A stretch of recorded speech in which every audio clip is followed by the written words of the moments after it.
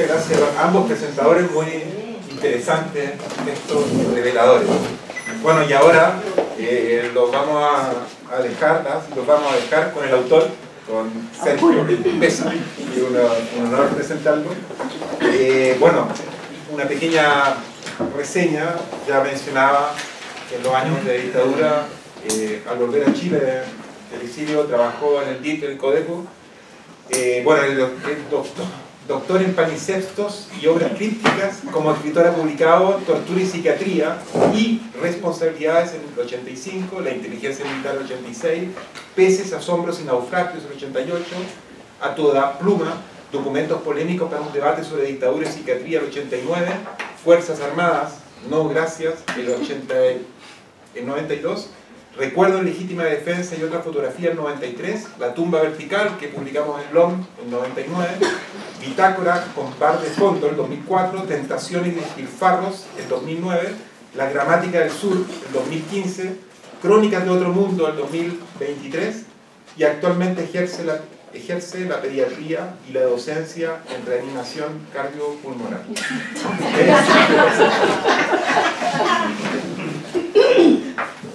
Bueno, muchas gracias, Pablo, por acoger la edición de La Inteligencia. Gracias, Mania, por tu presentación. Ella es archivera o archivista. Archivista, es una palabra que nunca había conocido yo, Vicenta. Archivera o archivista, es la primera archivera de mi vida. Gracias. Y Felipe, ¿qué te quiero decir? Aquel día cuando nos sentabas en Barcelona, en Chiquita Room, en una sala como esta, llena de público, y yo asistí camuflado con Alondra, amiga de Amalia, y yo fui con un jockey con anteojos humados, oculto, sabía que era una zona de inteligencia militar, y entonces camuflado, y después cuando él descubrió que yo empecé a hablar y me puse de pie, hubieran visto el pánico que se le produjo, lo mismo que era como que apareció, no sé, el encuentro fue realmente un encuentro de una página en blanco. Muy bonito. ¿Qué puedo decir yo sobre esto? Decir, por ejemplo, que voy a contar un par de cosas porque tenía tanto que hablar que bueno, menos mal que no hay toquequea. Ocurre que la inteligencia surge en el 86, en tiempo de la dictadura, naturalmente, y ya lo conté aquel día en Chiquita Room, cómo surgió en realidad. Nació en un contexto de la dictadura en que todos éramos combatientes, éramos miembros de la vicaría, Héctor está aquí, trabajábamos en la vicaría zona oeste, y Lucho Weinstein Krenovich, que aún vive, nuestro Lucho Weinstein, psiquiatra maravilloso. Teníamos un centro integral de salud en la calle 3 de Antonio 54, al lado de Irarrázaval. Y allí, en ese contexto, donde yo pasaba consulta, y atendía como psiquiatra ese tiempo, ya también lo dije, que llegaban pacientes y que eran todos combatientes, sin nada de previsiones, que venían allí y éramos atendidos por el grupo de médicos de combate. Yo como psiquiatra lo atendía, me cargaba de todos sus problemas que tenían en ese tiempo y llegaba a la casa sin poder conectarme, pero yo no dejé la psiquiatría por eso. Yo la dejé y me vine a la pediatría, la dejé porque me di cuenta, después de meses trabajando con pacientes como psiquiatra, de que la mayor parte de ellos estaban mejor que yo. Es un montón de honestidad, como lo digo. Por eso dejé la psiquiatría. Y me dediqué a la pediatría, y no por los niños, sino por las madres. Bueno, pero eso es otra cosa. Lo que quería contarles es que en ese contexto del Centro Integral de Salud, al frente había una imprenta del Turco. Nosotros, Lucho Weinstein Krenovich compró el Dimacofi, que ese tiempo llevaba unos años de vida, que estaba ahí en Lira con el 10 de julio, Dimacofi, que aún existe, compró un offset de sobremesa. Hablo del año 85, 86, un offset donde tenía un tambor y se ponía en el stencil y se imprimía. Imprimíamos con mi gran amigo hoy día en Australia, Robinson Trafilaf, todo tipo de panfletos, libros piratas, y libros autorizados, off the record, de Nicanor Parra, de mucha gente, con Alfonso Alcalde detrás nuestro ahí. Y un día, haciendo lo que se hacía entonces una maqueta, un libro, qué sé yo, que tenía 200 páginas todas impresas, había que hacer una maqueta y cruzábamos al frente donde el turco, yo iba para allá y le pedí que me hiciera una maqueta, o sea, él me entregaba un libro, todo en blanco, tapas, todo, al tamaño para ver el formato, lo pegado, lo cosido, depende. Y volviendo con una maqueta de un libro que no recuerdo, cruzando la calle, pero no pasaban los autos, ojeo el libro, como el Chico Pérez que está en este momento en Chiloé, que hay gente que cuando abre un libro ya no se usa eso. Él, cada vez que le agarraba un libro hacía esto. Le tomaba el olor, una tradición que se ha perdido. Bueno, yo no tomaba el olor, yo miré el libro, la maqueta que era de un libro desconocido, qué bonito, un libro en blanco. Y cruzando la calle llegué donde Robinson, estaba al mío y dije, Robinson, vamos a hacer un libro en blanco. ¿Cómo lo vamos a llamar? Y surgió ahí el título, estábamos en el 86, en plena dictadura, y surgió el título de la inteligencia militar, evidentemente como un concepto, que es la nada, ¿cierto? Que Felipe es experto en la nada. Y ahí hubo una discusión de meses, no de meses, semanas, sí, con mi gran amigo, que ya está en Talca, que no pudo venir, el diseñador, amigo de todo, Guillermo Folleraki, el mito Folleraki, cuyo hermano es el autor, entre los dos fue ese momento, el tiempo en que no había offset, o sea, no había Photoshop ni nada, que tenían una foto gigantesca de Einstein, de Albert Einstein. Correcto, ahí, una foto en blanco y negro muy linda.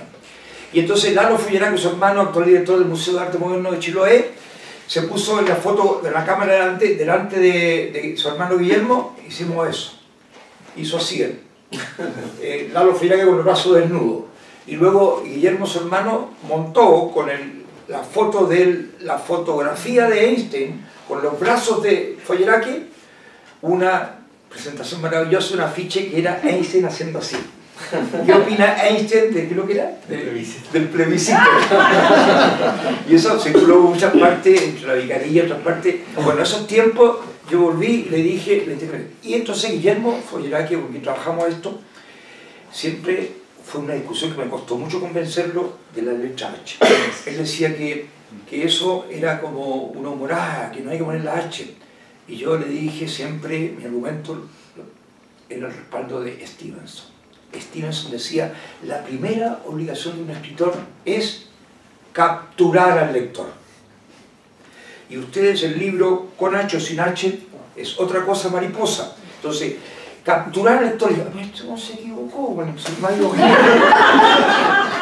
y eso me costó hasta que ya acordamos con H.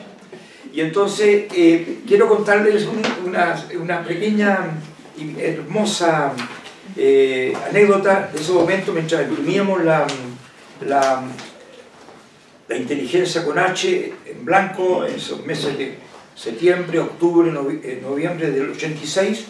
Un día Robinson vuelve a casa, vivía con su padre, comunista, panadero de Zamarreta, esa camiseta blanca, panadero, que se levantaba a las 6 de la mañana, que vivían ahí en La Pintana, y dice, me cuenta Robinson lo siguiente.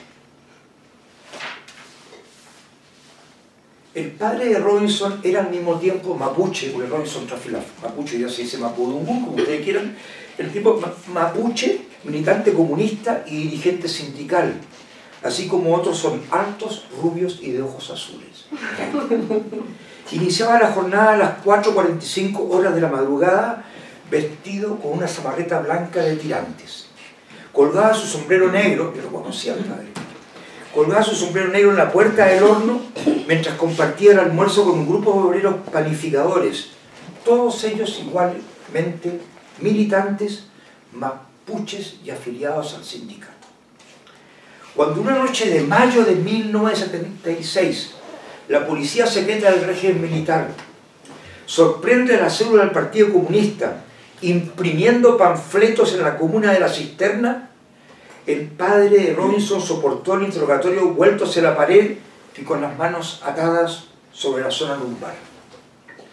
Preguntado a puntapiés qué significaba ese stencil, ¿sabes lo que un stencil? Era el original que se ponía en el tambor y al girar el tambor imprimía las hojas. Un stencil era el original. ¿Qué significaba ese stencil en el tambor del mimeógrafo? Que incluía las palabras adelante, avante, que incluía las palabras asesino y chacal, acompañando una foto del dictador con anteojos oscuros. El padre Robinson responde, todo me lo contó Robinson ese día.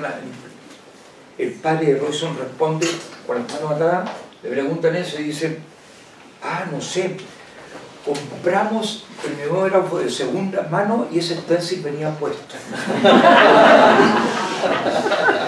Seguirían 3 días de premios físicos y psicológicos, tortura en una sola palabra, que sin embargo no consiguen acabar con la célula comunista de la cisterna. 2 semanas después, el padre de Robinson vuelve a la panadería. Sigue siendo militante comunista, mapuche y dirigente sindical, y lleva la zamarreta blanca de tirantes, pero ha perdido el sombrero en las mazmorras de la dictadura. Todo esto nos lo contó Robinson, comunista y dirigente estudiantil, mientras se reía para ocultar el taciturno orgullo de un mapuche por su padre. Bueno, eso quería contarles sobre, en ese contexto sale la inteligencia militar. Y para mostrar el opuesto de los combatientes contra la dictadura, ese libro circuló en la primera edición en forma evidentemente furtiva, clandestina, ya en mano, y fue muy demandado por la gente, qué sé yo, y se hizo víspera de Navidad. Y ocurrió una historia que mi hermana, que está en este momento de viaje, no está aquí, mi hermana chica, siempre no le gusta que cuente esta historia, porque ella me admira mucho a él.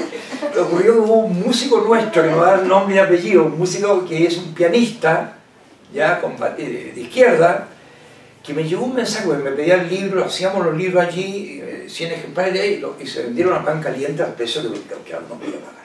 Se cobraba, qué sé yo, por decirlo, un precio hoy día 3.000 pesos, ya por decir algo. Y me llega un mensaje de este pianista que hacía conciertos por el mundo, que era de izquierda, pero que tenía una situación económica boyante. Un mensaje a todo valor, porque ocurre, como dicen, me pedía que por favor quería comprar 10 libros de regalo de Navidad, de Pascua, y se le podía hacer un descuento. Yo nunca recuerdo haber dicho no con tanta convicción y tanta pasión. Lo mandé a tomar por saco, como dicen en España. Pero esa historia, para que vean ustedes lo que ocurre con el libro, se difundió, pese a ello, se difundió, se vendió, hicimos otra edición, y aquí está esto que encontré el otro día, que es la tarjeta que hicimos para ir convocando al lanzamiento, y viene a propósito de lo que dijo Felipe recién, de la segunda edición, 1987. ¿Qué dice? Ediciones Oxímoron. Oxímoron, ¿sabe lo que es? Oxímoron es una palabra que significa la antípoda de 2 cosas: clara oscuridad, lenta rapidez, inteligencia militar. No, es imposible. Esa palabra no se llama edición Oxímoron, que la inventamos con Guillermo Feraque, que nunca tuvo nada, nunca existió, pero siempre se fija. Y el logo lo inventó él, ese dedo que es un oxímoron, un dedo que indica hacia arriba, ¿ya? Ese fue el logo. Edición Oxímoron, luego de pensarlo bastante, ha decidido invitarlo al lanzamiento del libro La inteligencia militar. Esta es la segunda edición. Presentará la obra el escritor peruano Mario Vargas Llosa, Premio Nobel de Literatura 1989. Qué curioso, porque el libro se presenta en el 87. Nosotros lo pusimos que iba a ser el 89, y ¿sabe cuándo lo ganó? Ayer lo miraba yo. El 2010 recién. Pero nosotros ya éramos ¿cómo se dice esto? Ya visionarios. Visionarios, y aquí está puesto que iba a asistir, mucha gente no por eso. Imposible que presentarlo, pues. Dice, luego continúa: nada sabemos de las consecuencias, sentenció alguna vez Borges. Oxímoron comparte tan ilustres incertidumbres y advierte sobre la conveniencia de venir premunidos del respectivo carnet de identidad. Estamos en la dictadura, 86. El Orfeón de la Caballería Nacional amenazará el acto interpretando temas de Julio Iglesias, Lucho Gatica, Benito Mussolini y Ramón Binay. Ramón Binay, otro que bien baila, ya, en ese momento. Se ofrecerá un buffet frío que no está incluido en el precio. La propina, esa herencia solapada de las costumbres esclavistas de Alabama, queda democráticamente prohibida. en Oxímoron pagamos buenos sueldos. Lunes 1 de junio 1987, 20 horas. Casa larga, no sé, en Bellavista 0182, y el teléfono que tiene un teléfono de 6 dígitos, 379672, no había el 2 ni nada. Y es una casa larga, tiene un frontis muy breve, pero muy larga hacia atrás, en Bellavista, cerca de Querono, ¿cierto? Bueno, contarles eso, que era el 87. La del 86 y del 87 no llevaron prólogo. Fueron las únicas dos hasta hoy día que no llevan prólogo. Yo no le voy a leer todos los prólogos que tengo acá, pero voy a leer algunas partes. Los 86 y 87 son sin prólogo. En rostro de lo que decía Felipe, de libros en blanco que han habido hace... ¿Cuál fue el primero? En 1880. Los folletos. Cuando estábamos cruzando el Turco para acá con el libro en mano, para ver cómo le ponemos y todo, yo busqué, no había Google en ese tiempo, no había una cuestión, no había internet. Y buscando por ahí, yo me acuerdo de haber encontrado una referencia de un libro que decía, un libro en inglés, de un gringo que había publicado, que decía todo lo que usted sabe sobre sexo. Y era en blanco, una cuestión. No me acuerdo de eso. La única referencia que encontré, pero nunca vi la... Yo tengo ¿sí? uno, o he visto uno que se llama El sexo después de los 70. Ah, otro 70 años, 70 veces sexo. Ya, perdón. Tenemos el prólogo, la tercera, es en otoño de 1990. Ya voy a leer algunas partes del prólogo, voy a leer, quiero destacar algunos. La primera y más afamada de las versiones en lengua castellana de inteligencia militar data de diciembre del 86. Fue impreso en, no me acuerdo, mira, en los talleres que le hicimos allí la maqueta, fue impreso en los talleres Terranova. Hoy lamentablemente desaparecido, estaban en Calle Lira, de la muy santallina Calle Lira, lugar hasta donde llegó una multitud de curiosos y desocupados, así como un decidido grupo de funcionarios de la policía política, hoy por fortuna desaparecida, todos los cuales procedieron a disputarse con furor los primeros ejemplares. Bueno, aquí hablo de que se llega hasta la tercera entrega, hay severas modificaciones que no comprometen la esencia del texto. Oxímoron ha modernizado totalmente la ortografía, respetando la contextura de los vocablos típicos de la época y del autor. Por ejemplo, extraño por extraño, asimismo por asimesmo. Hemos reducido la puntuación en su mayúscula, así como el empleo de la letra cursiva. En determinadas ocasiones consultamos a los primeros traductores de inteligencia militar de su lengua original, en euskera. Contemporáneos del autor y buenas conocedores de nuestra lengua, sus versiones son preciosas para aclarar gran número de trechos que hoy nos parecen oscuros. Por lo que respecta a la primera parte de la obra, recurrimos a las traducciones de Thomas Shelton, César Audin y de Lorenzo Franciosini de Castelfioretti.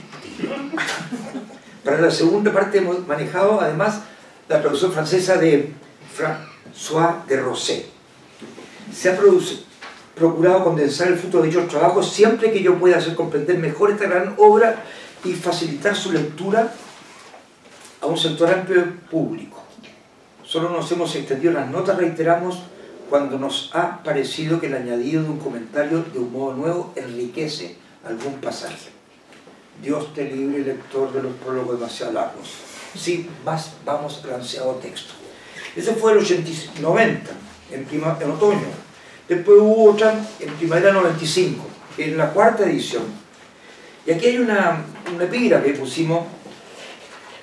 Qué bonito, que yo podría hablar toda la noche, pero es que después hay un libro que se lo recomiendo, pero no, mejor no hablar de él, que es el libro que habla de cómo adjudicar a terceros textos propios o cómo hacerlo al revés, ¿ya? Usar, bueno, en fin, este es un epígrafe adjudicado a Federico Humo sin H, en su libro, lo buscaste, me imagino, y no lo encontraste, Teoría de la condición humana. ¿Qué dice Federico Humo en el libro? Para ser justos, a los militares hay que agradecer una cosa, la noble figura del desertor. Bueno, entonces aquí constato todo lo que habían contextos, ¿ya? ¿Cuáles son los cambios respecto a anteriores? No voy a leerlo todo.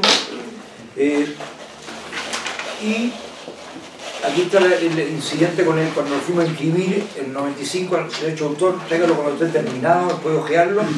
Y aquí se mencionan algunos otros títulos sobre el tema de aquella época. Voy a mencionar 1, 2, 3, 5 títulos. La vocación castrense como afirmación viril en el contexto de una cultura afeminada. Doctor A. Hersch. Otro título, camuflaje y tendencias actuales en moda primavera-verano. Sergio Menec, mira cómo el camuflaje ya está guau. Ampliación del servicio militar obligatorio a 7 años. Una propuesta para el Chile del siglo XXI, Coronel R. Lafontaine. Fuerzas Armadas, no gracias. Ese es el libro que en realidad hicimos el 92, el 95, digo el 94 fue, que es la inteligencia militar con palabras. Un ensayo de por qué las Fuerzas Armadas mejor no. Y la última, toque de diana y sexualidad. Estudio en 50 grumetes. Muñoz Balboa. Bueno, después viene otro prólogo, vamos a leer un poco porque quiero leer otras cosas, no sé, quiero, ¿qué decía Albert Camus en uno de los epígrafes de la edición de Primavera 99? Si tuviera que escribir un libro, dijo Albert Camus, un libro de moral tendría 100 páginas y 99 estarían en blanco. En la última escribiría, no conozco sino un solo deber, y es el de amar. Ya, esto pasó aquí, yo no voy a leer todos los párrafos, ya, como ya, ya. Hay una historia de la biodanza que me gustaría que la leyera, pero no voy a leer.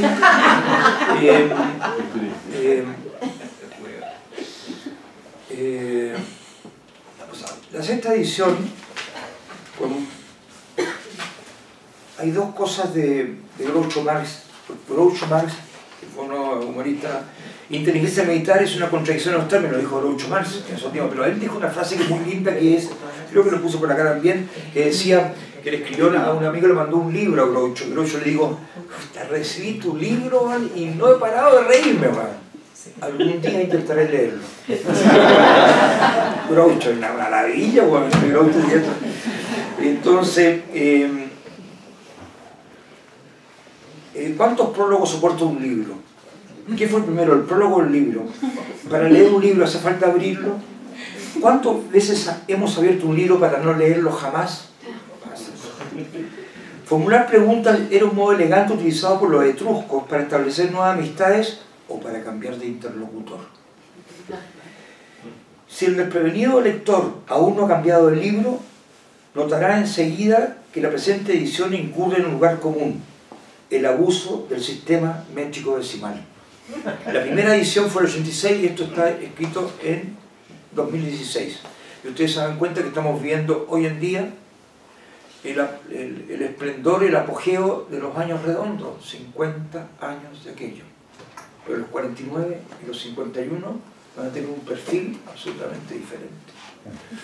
Bueno, eso, aquí se habla de eso, que hay un culto a los números ya redondos.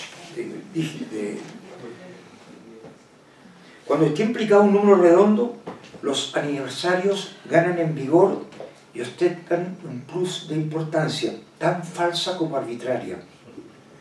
Por ejemplo, cumplir 30 años resulta mucho más y mejor noticia que cumplir 31, pero así. Abandonemos ahora ese lugar común. Aquí está el yo, ya. ¿Qué quería decir? Quizás por ello, en estos 30 años, pocas han sido las novedades en materia de droga, inconsciencia o sendero hacia la felicidad que hemos hablado antes. Quizás por ello, esta sexta edición solo presenta dos leves cambios respecto a ediciones anteriores. Este prólogo, que vacila entre la certificación y el desenfado, y la traducción al inglés, que pretende mitigar la barrera del idioma. Too late.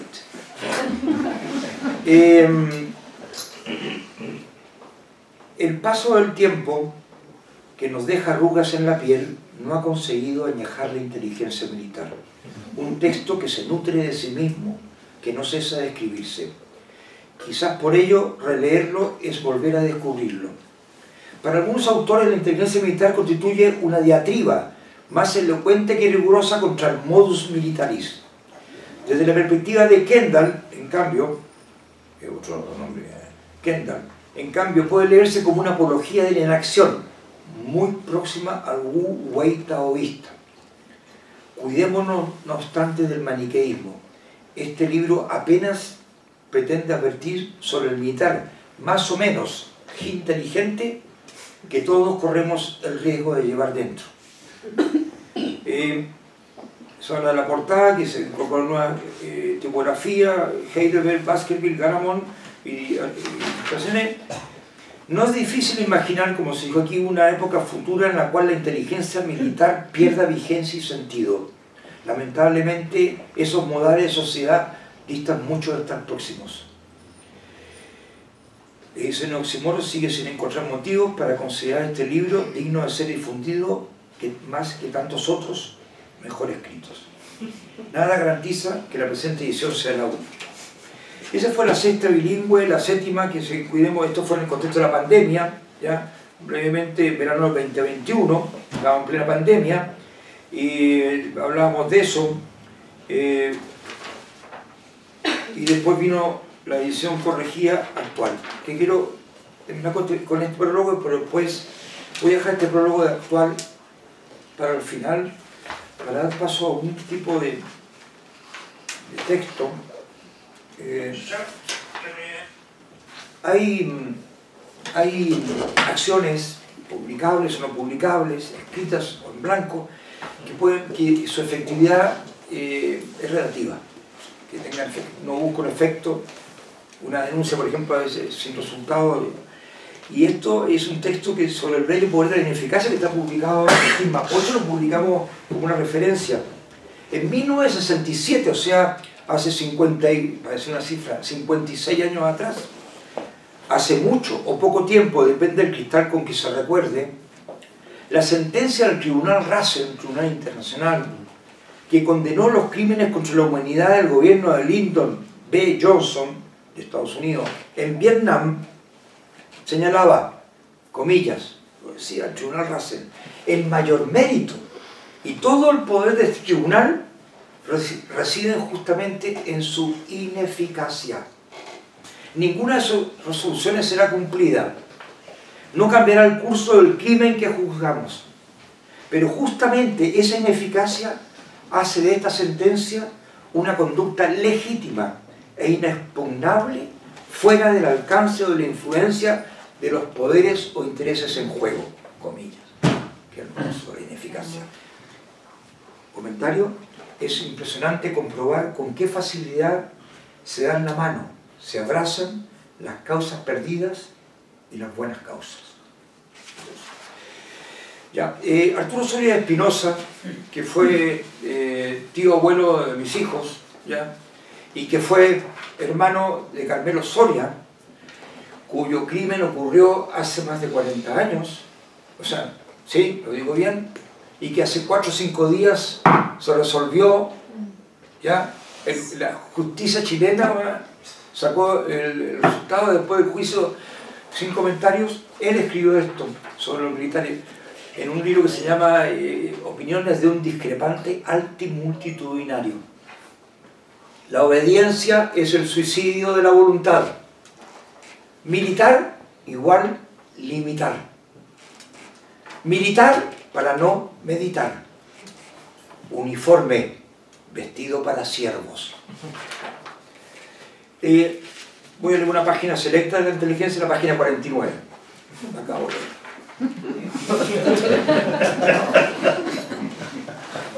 A propósito del silencio y de página en blanco, Henry Heine decía: nada hay más silencioso que un cañón cargado. Aquí está lo del subdirector, ¿ya? Aquí está lo que leí, ¿ya? Esto no va a leer nada. Esto quizás, página en blanco, ya voy a terminar ya. Por ejemplo, hablamos de la ineficacia, ¿ya? Como algo inexpugnable que nos protege de la influencia, de los intereses partidarios y todo, que lo ineficaz es puro.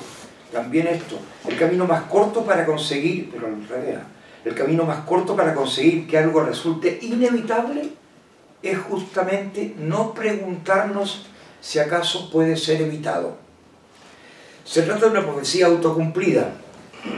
El país no puede vivir sin ejércitos porque todos aceptamos a priori que el país no puede vivir sin ejércitos.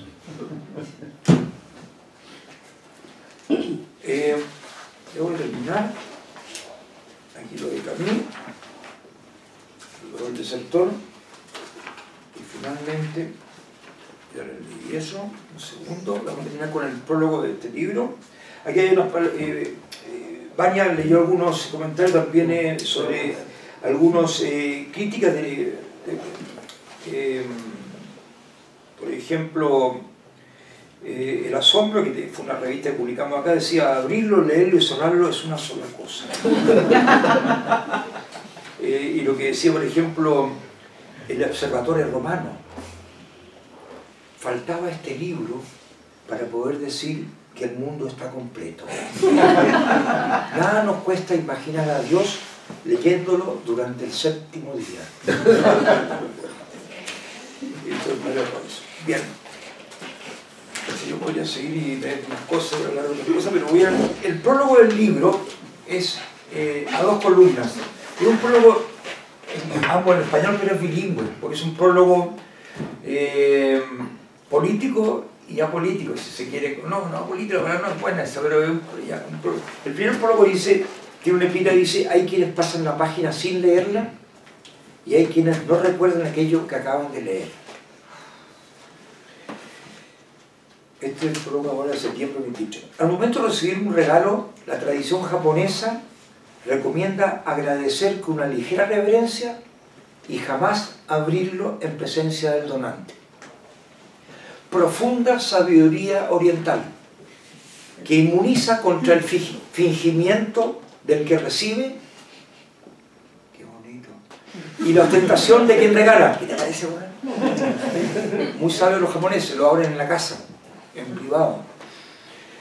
Si usted ha recibido como regalo este libro y lo abre en presencia de él que se lo regaló, aún está a tiempo de no seguir leyendo para caer en la hipocresía de agradecerlo.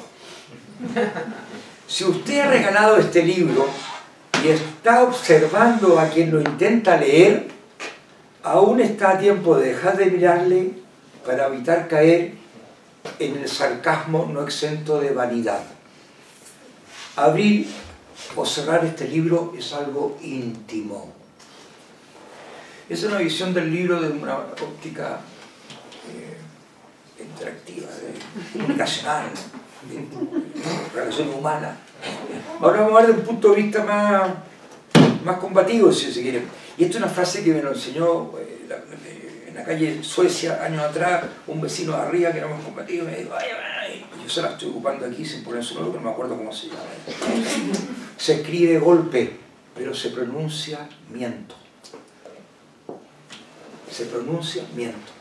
Porque durante 30 años, ustedes, muchos jóvenes aquí indocumentados, no documentados, pero jóvenes, quiero decir, en términos de que la derecha y los golpistas y los pinocetistas y toda la fuerza hablaban de pronunciamiento. La palabra golpe estaba prohibida mencionarla, ¿no? Por eso decía: se escribe golpe, pero se pronuncia miento. Eso es el epígrafe que muy bonito. La primera edición de la inteligencia militar vio la luz clandestinamente en diciembre de 86 bajo la dictadura. Esta novena edición aparece hoy, desenfadadamente, cuando se cumplen 50 años del inicio de la dictadura y 33 años del reinicio de la democracia que acabó con aquella. En opinión del filósofo Rainer F. Kakosi, la situación aún es esperada, pero las perspectivas son brillantes. Dejar de leer este libro es algo sencillo. Dejar de escribirlo es muy difícil. Alrededor nuestro, cada día irrumpen nuevos protagonistas, enriqueciendo el guión que redacta profesionalmente un dramaturgo que no da la cara. Suponer que esta será la última edición de la inteligencia militar sigue siendo una utopía. Eso es, muchas gracias.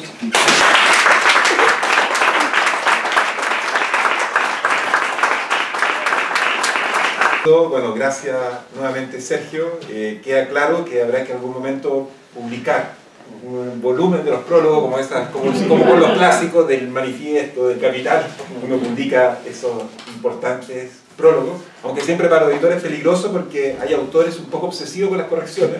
Esta misma edición, al día siguiente que salió, ya tenía observaciones de cambio, entonces es seguro que va a haber una 10ª edición.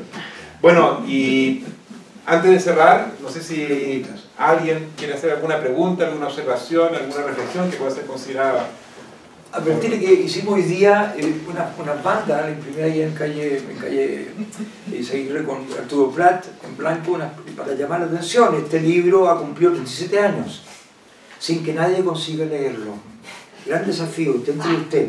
Y son bandas, pero la mejor banda al final, porque hice 3, en una hoja que la cortaron con una guillotina maravillosa, un tipo cortó por 700 pesos y me cortó toda la banda. Es la mejor banda esta, que es la más coherente. Una banda en blanco, ya quedó ahí, pero es curioso. Preguntas, no sé, pues, comentarios, porque estamos abiertos para... Yo solo quería decir que, bueno, mencionaba que en toda mi investigación previa me llamaba mucho la atención que este libro no había sido considerado por la academia. Es muy interesante que hoy estemos haciendo esta presentación aquí en una universidad, pero creo que va a seguir siendo no considerado por la academia. Sigue participando. Pero ¿qué tal la presentación del libro a nivel, digamos, a nivel universitario, académico, no auditorio? Siempre fue una presentación. Me recuerdo que la primera experiencia que hubo con el libro fue en la Feria del Libro en Chile. Tiene que haber sido en diciembre o en enero del 86-87, cuando fue la primera edición, que apareció el libro verde que estaba ahí. Lo pusieron en una stand en el Parque Forestal, y pasó Pinochet por ahí y tuve la experiencia que lo agarró así, dijo, y lo tiró por un lado. Eso fue lo que pensó. Y después hubo presentaciones, han habido, como la que fue con Vargas Llosa, que no llegó nunca, y así, pero esta es la primera a nivel académico. Estoy muy agradecido de IDEA, y espero que siga adelante IDEA con la universidad después de esta presentación. Hay que decir que bueno que hayas dicho IDEA, porque siempre nos dicen el Instituto IDEAS. Y yo siempre digo, no, es solo una idea. Con monotemático. IDEA, claro, Instituto de Estudios Avanzados. De Estudios Avanzados, IDEA, de la Universidad de Santiago de Chile. Dale, sí, tengo una pregunta para el autor. Diego, ¿cierto? Sí, Diego López, ingeniero comercial. Punta Arenas, nació en Punta Arenas. Punta Arenas, sí. Nieto de la patrona de Sergio. Sí, bueno, y le trajo al mundo la Emma Osorio. Osorio, nieto. Dato free. Dale, Diego. Sí, una pregunta. Yo he leído un par de versiones anteriores del libro y me llamó la atención la reducción del prólogo con respecto a versiones anteriores. ¿Hay alguna razón o explicación de por qué esta reducción? Te voy a explicar primero porque Lom está pasando por un periodo difícil. Y Pablo me dijo, mucha trata de borrar los prólogos. Yo conseguí meter un prólogo y me dijo, no, sin prólogo. No pasó por ahí. En uno de los prólogos, mira, te voy a leer un solo párrafo. Dame un segundo, aquí está.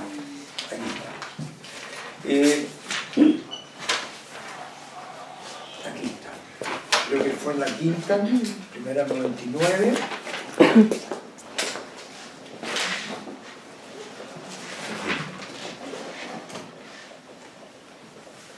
No, está. Acá.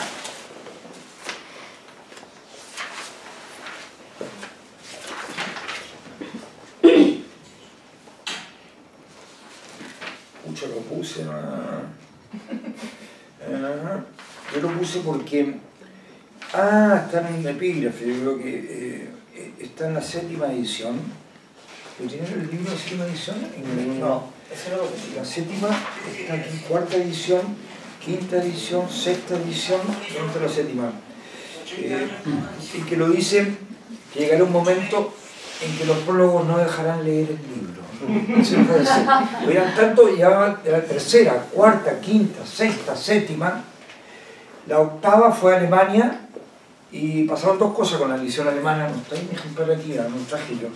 Que la vieron en la foto ahí, cuando está Felipe puse, estábamos los dos con el libro en verde grande, que está todo en blanco, no lleva prólogo porque además no se puede en alemán, no funciona la H como en inglés, de Military Intelligence, funcionó en inglés, pero en alemán no funciona porque inteligencia en alemán significa intelligence, significa, no sé qué me dijo Morris, pero no hicimos, pero ahí no lleva ningún prólogo. Entonces, ahora volvimos con el prólogo, después de esa, y lo hicimos, no quisimos poner todos los prólogos porque se estaban robando la película, entonces queremos página en blanco, entonces, pero es verdad, sí, pero nada más que por eso. A ti te interesaban los prólogos. Pero tienes que ver las páginas en blanco de otra perspectiva. Los prólogos podría llevar el libro al baño y ahora para el 2 y ahora para el 1 nomás. No. Para más tiempo, claro, pero puedes ir con los dos ejemplares, pues la séptima y la novena. Pero sí, fue por eso. En realidad, ¿te acuerdas que conversamos? Sí, mejor no poner prólogo para volver un poco a casi a la tercera edición, en un solo prólogo. No ha llegado nunca epílogo, sí, tenía una versión, parece que no, ha tenido colofón atrás, exterior se te voy a imprimir, y cuidado, yo andaba con los libros, con los trajes, hubo una versión en tapa dura, hicimos una versión de colección en tapa dura, roja, grande, con forro, además, con forro, con esa típica tapa dura, y que además le pusimos un timbre numerado, la edición numerada, con un timbre sello, una página en blanco adentro. Pero no, epílogo no, es una buena idea para la próxima edición, poner un epílogo sin prólogo. Bueno, vamos. Eso sería. Agradeciendo al Instituto de Estudios Avanzados de la Universidad de Santiago de Chile, agradeciendo a Felipe Poulsen, a Vania Montgomery y por supuesto Sergio Pesulik, a cada uno de ustedes por asistir a este lanzamiento. Los invitamos a compartir un vino de honor y a hacer un salud. Y en esta esperanza que por primera vez este libro está pensado o lanzado en un espacio académico, no hay que perder la esperanza porque la octava edición fue presentada en un museo. Y bueno, una de las vertientes y una de las antecedentes de una obra como esta, evidentemente el recuadro blanco de Casimir Malevich, que está integrado claramente ya en los museos como un gran precedente, y la esperanza no se pierde en que este libro quede a futuro no solamente en la biblioteca, en un rincón perdido, sino como realmente un clásico como lo es, y se multiplica en la edición a futuro. Bueno, ¿quería hacer un pequeño comentario? No, aquí no. Hay que ser consistente. Ahí afuera, ahora no, pero estoy en blanco. Estoy en blanco. No quería comentar una sola cosa que uno, yo no, quién soy yo, pero quiero destacar un mérito de este libro, que no ha podido ser, ¿cómo te dijera yo? A ver, ser utilizado partidistamente, o sea, ¿cómo te dijera yo?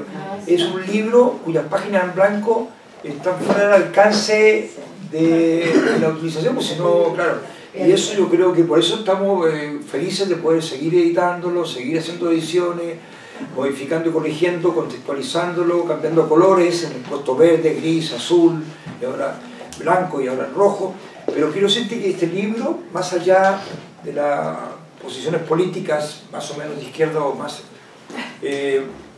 ¿verdad?, está fuera del alcance del partidismo, importante. Yo me recuerdo, y lo dije el otro día en un discurso a raíz de un reloj que compré en un local chino en Barcelona, que 3 euros, que duró 3 días. Lo abrí y quedaron todos los punteros, amarillo, rojo y negro, que tenían 3 punteros, cayeron dentro de la esfera. Hice una foto y escribí que un reloj, me acuerdo que en el tiempo de la dictadura, los que éramos simpatizantes del MIR, Mauricio que decía, ¿te acuerdas? Que decía, ¿cómo era el dicho que teníamos? El sombrero, el fusil, 1000, ¿ya? Y el Partido Comunista decía de nosotros, los simpatizantes del MIR, Los del MIR son como un reloj detenido. Solo dan la hora exacta 2 veces al día. Nunca olvidé eso. Yo quiero decir que en ese sentido, más allá de las discrepancias, nos veíamos mucho las cosas, las posturas frente al combate de la dictadura. Y para terminar, otra frase maravillosa que importamos de España. Cuando llegamos a España el 75, ¿ya? Y en otra cuestión, muere Franco el 20 de noviembre del 78, oficialmente, pero dicen que había muerto mucho antes, pero nadie se atrevía a decírselo. No decían los españoles, pero estuvo en pleno mucho tiempo. Y cuando muere Franco, después vino la apertura, como ocurrió aquí, bueno, después del fin de la dictadura, la apertura, partidos políticos, todos floridos, candidatos, ¿verdad? Y entonces los españoles nos regalaron una frase que era aplicable a Chile, de entonces, que era, hostia, me decían, bueno, los españoles decían cuando llegaba a la consulta, hostia, ¿cómo estamos? Aquí estamos, qué confusión. Contra Franco vivíamos mejor. Y eso es aplicable contra Pinochet, vivíamos mejor. Entre comillas, hay una sabiduría muy de castiza, muy de español, porque era todo claro. O tú estabas ahí contra Pinochet o eras un hijo de puta. ¿No? ¿Sí o no? Esa es una claridad muy sencilla, muy, pero, no es aplicable, pero quiero decir, me acordé de esa dos frases.